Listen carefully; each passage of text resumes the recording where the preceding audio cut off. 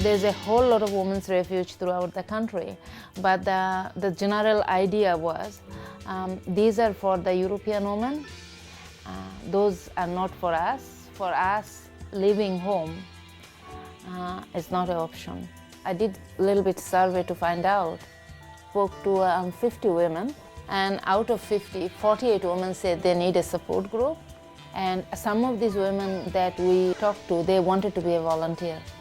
They said if we set up something, they're happy to be volunteer. And that's how the first 7 women came on board and we started Shakti.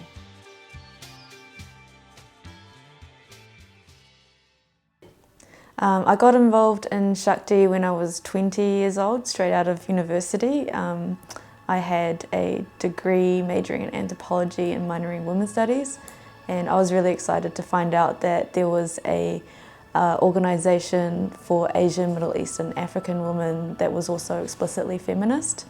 And from there, I got in touch with Shakti to apply for a job as a youth advocate, and I was really interested in what we could do as young people to prevent and support other young people going through domestic violence.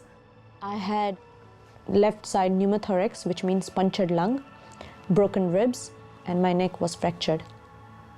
So those 3, they put chest drain to remove the water out, because when you hit, the lung was collapsing a lot. The bright and bubbly young bride from India had been reduced to a broken shell of her former self in just a few months. My story, I guess I would call myself a survivor now. My journey with Shakti started 5 years ago, back in 2010, when they came to see me first time at the hospital. And that was the beginning of the journey, which is here now. I would call it a journey of hope as well. So from what I was 5 years ago to what I am now, and that is what I'm trying to convey to the women and the ladies who come to see me, that the hope is there, and they can be survivors as well. They just need to ask for help, that's all. In this story, you won't hear this young woman's voice. She has injuries so severe, she's been unable to talk for almost a year. Instead, she communicates by writing on a child's Etch-a-Sketch. We can't identify her for reasons which will become all too apparent, so we'll call her Simran. She fears for her life and is being cared for by a migrant women's support group in a secret refuge, hidden away from the man she says attacked and maimed her. She still is full of life, and she does have a hope that she will somehow get through this and be able to be what she wants to be. I joined Shakti about 13 years ago. What drew me to this amazing organization is essentially the cause, which was very close to my heart. I've always been an advocate for social justice, and Shakti was about that. And the cause essentially was, and still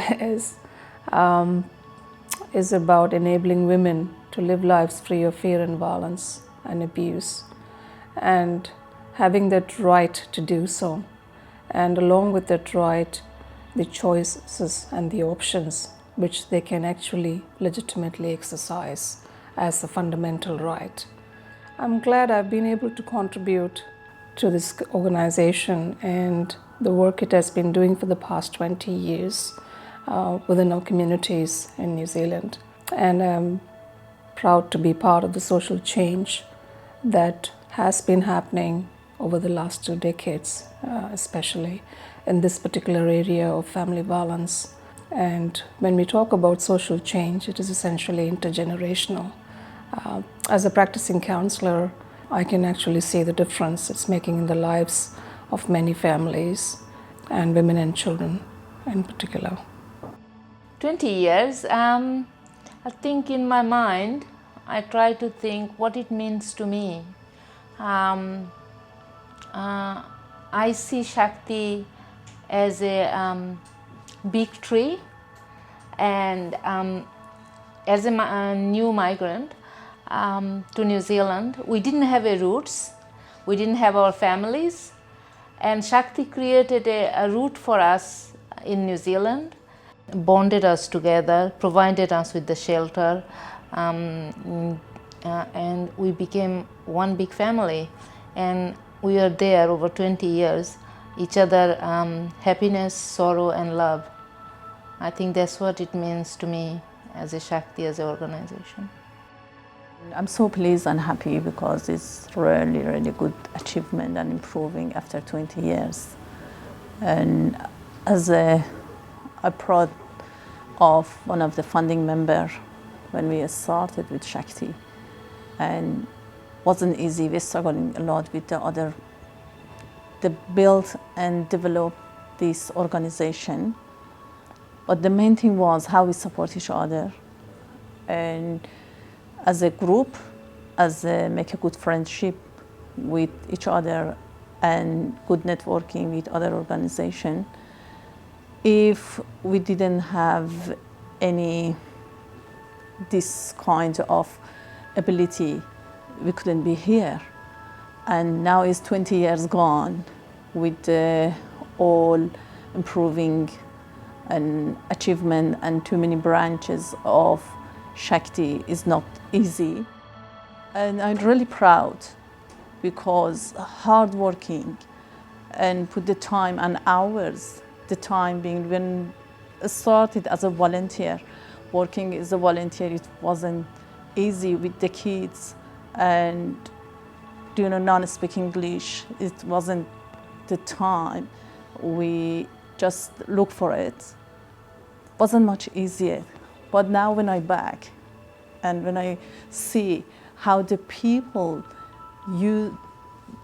they stand and they need this kind of service, I'm really pleased and happy. Actually, I get so emotional when I talk about Shakti because I always felt like, you need to actually treat a person as a human being, not like, she is a daughter or she is a wife or she is a sister of someone. That doesn't give her any power or anything. It's always treating her as a secondary.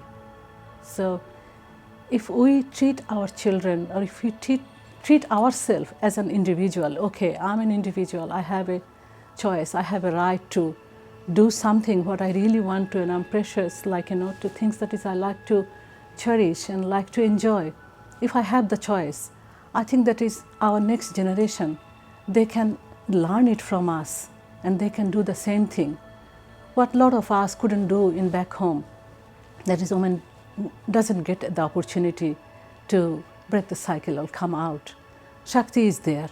So I'm so proud that I'm being part of that Shakti which we started 20 years ago, and we can do the changes. We can make the differences in the community. People can see that, yes, and they feel the strength inside. Yes, we can. You have the power inside of you. I always believed it. Now I am looking back the 20 years and I feel so proud to part of it. And I feel like, I have done something in my life that is so meaningful. And we talk about the social change, and we can changing our community, challenging the things that religion and cultural beliefs that we had. It is hard, but we are doing it. So I'm thinking it is such a noble thing, such a good thing that we started. At least in our next generation, they can see the result of it, and they doesn't have to. Same it's not only the daughter. I can see that our boys, our sons, they will see the differences as well, and they will treat their children, they will treat their wife and sister equally. People and the clients and the community and the funders, they had belief on us. They've had faith on us, that is, we can do it. So I'm really very thankful to them. They've been supporting us for the last 20 years and looking forward to having their support, carrying forward forever. So Shakti will be forever supporting that women and children, multicultural community, society in this Australia or New Zealand, all we talk about. So we'll have a life without violence. I've grown up in an environment surrounded by very strong women back in Taranaki. especially because of the history of our people in relation to parihaka, where the woman had to be the backbone of the community to help our people survive some quite significant impacts on their lives. I think some of those challenges that they faced in those early days were unsettling for myself as someone who'd worked in community development for a number of years, because I didn't realise the degree to which they would be fighting a number of biases or prejudices and expectations that they should fit within other people's criteria about how they went about doing their business. And I suppose I found myself by default championing their cause amongst a number of community organisations, especially with local government and central government. And by default, again, I found myself becoming the first chairperson when Shakti established itself as an incorporated society, which was an incredible honour. Looking back, I get quite emotional when I think about the responsibility, but also the way in which I was respected and the advice that I was able to provide to them, how well that was valued.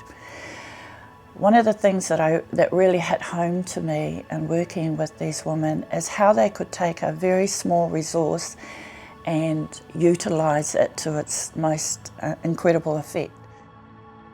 I think a number occasion really also opened my eyes in a particular crisis, the degree to which we, within our New Zealand society, Māori and non-Māori alike, don't have any idea of the different cultural constraints that a number of women from the Asian community have to deal with. And by the time the crisis occurs, it is beyond, on a number of occasions, beyond anybody's support. And that sadly, through the death of a number of women, highlighted the importance and the significance of having an organisation like Shakti. I have to take my hat off to the original pioneers for Shakti, especially Farida Sultana and the other woman that supported her, because you had to have the champions ready to make a lot of personal sacrifices, ready to take a lot of heat from a number of not only their own communities, but the wider New Zealand public, and even from other minorities within New Zealand, to establish their right to be able to provide the service that they did. And I really appreciate and value the commitment that they have shown, and very proud of the fact that 20 years later we are celebrating their existence. Lucia is one of the original members of staff at Shakti. At that time, the whole family we come to New Zealand to have the better life. Then when we are settled down and husband gone to work and my daughter is also have her schooling, and then I got the spare time. I involved with Shakti since 1996 because Farida started 1995 and I'm the second generation. Going back 15 years, no women came with saying that, oh, I've been beaten or I've been abused. It wasn't the case. At that time, no one even spoke about it. It was just all hidden. I didn't know anyone, didn't know how to speak English. This sort of isolation was horrible. It makes my husband turn to gambling, and it caused so many problems.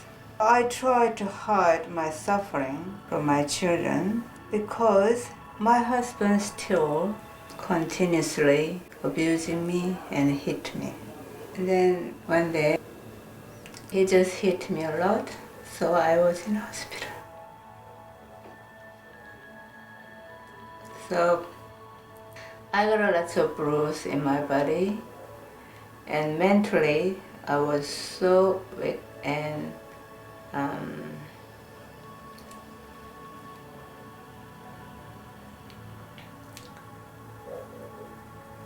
very weak.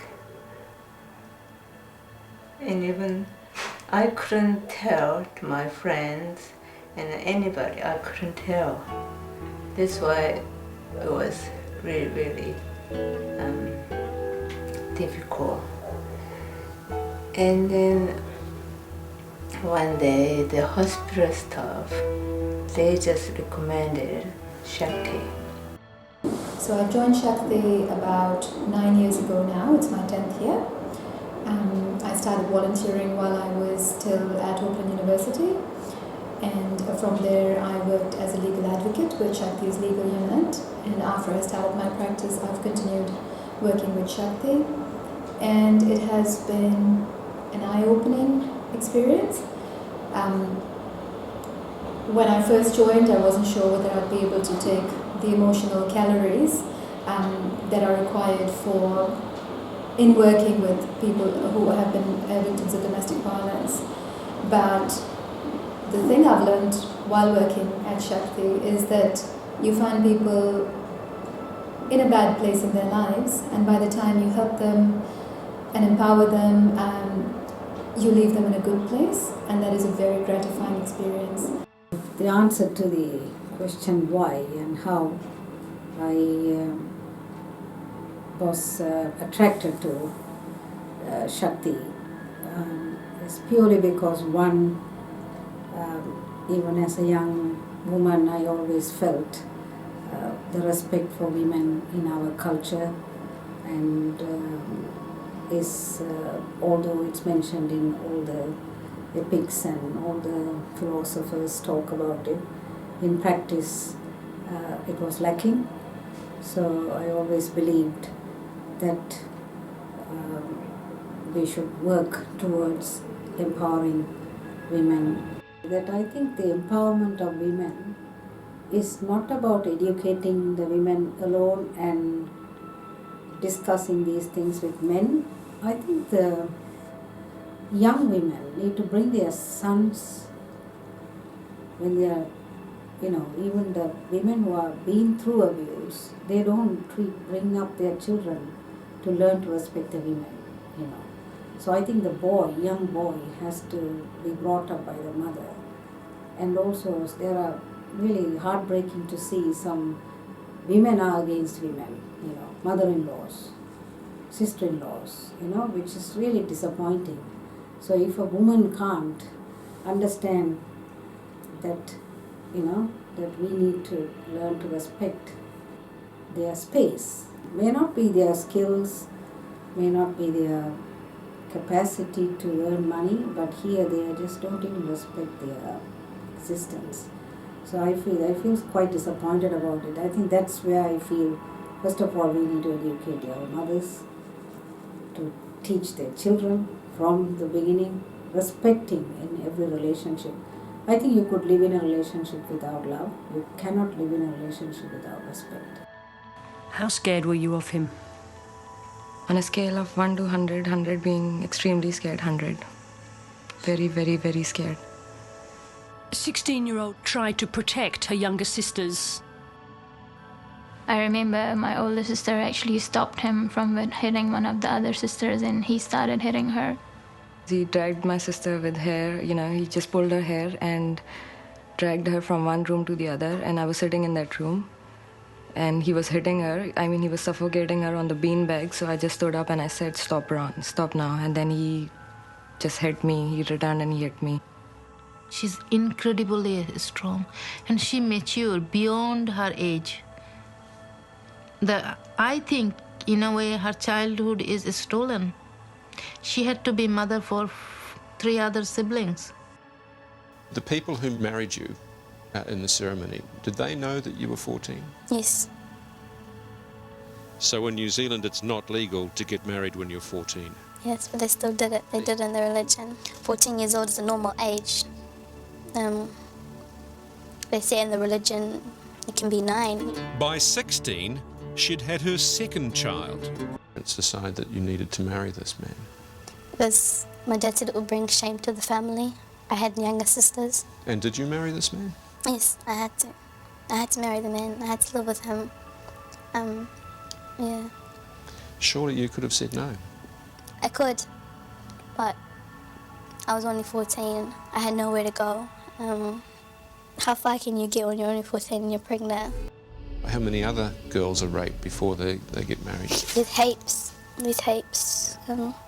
They usually do it if they can't find a woman that, would marry them for who they are. One of the things that Shakti was experiencing in the early 2000s was that there were a lot of young people from 13, 14 who were dealing with forced marriage. And they didn't really have a model for dealing with young people at the time because, as you know, the women's refuge model tends to be centred around adult women and children. So when I came on board, there were a few other young people as well, and we decided to set up a youth unit to develop a model that works for youth, by youth. And since then it's grown into both prevention and intervention projects. Yeah, that was the beginnings of the youth unit.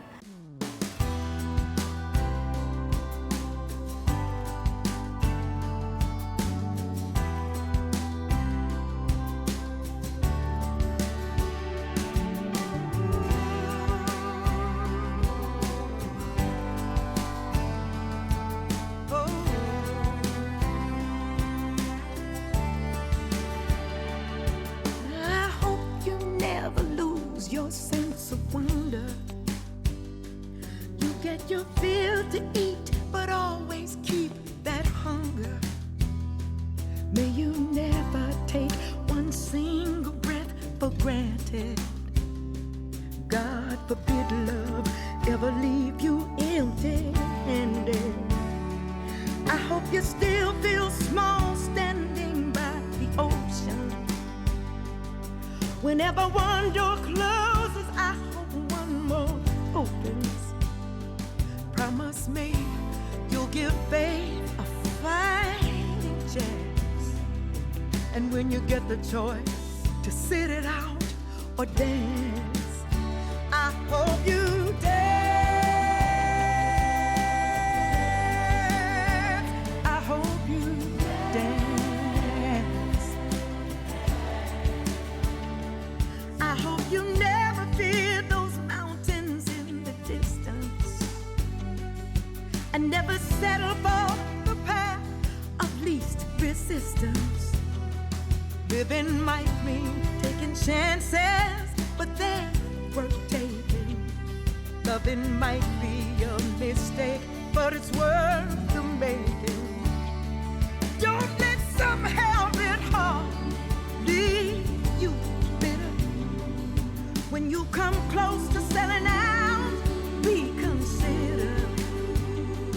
Give the heavens above more than just a passing glance. And when you get the choice to sit it out or dance, I hope you dance.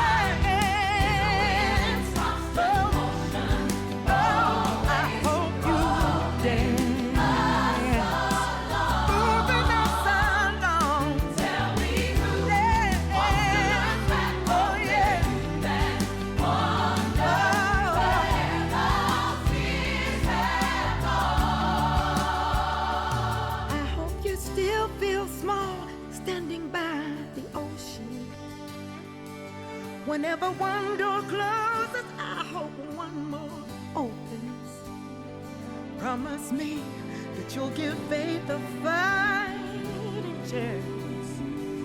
And when you get the choice to sit it out or dance,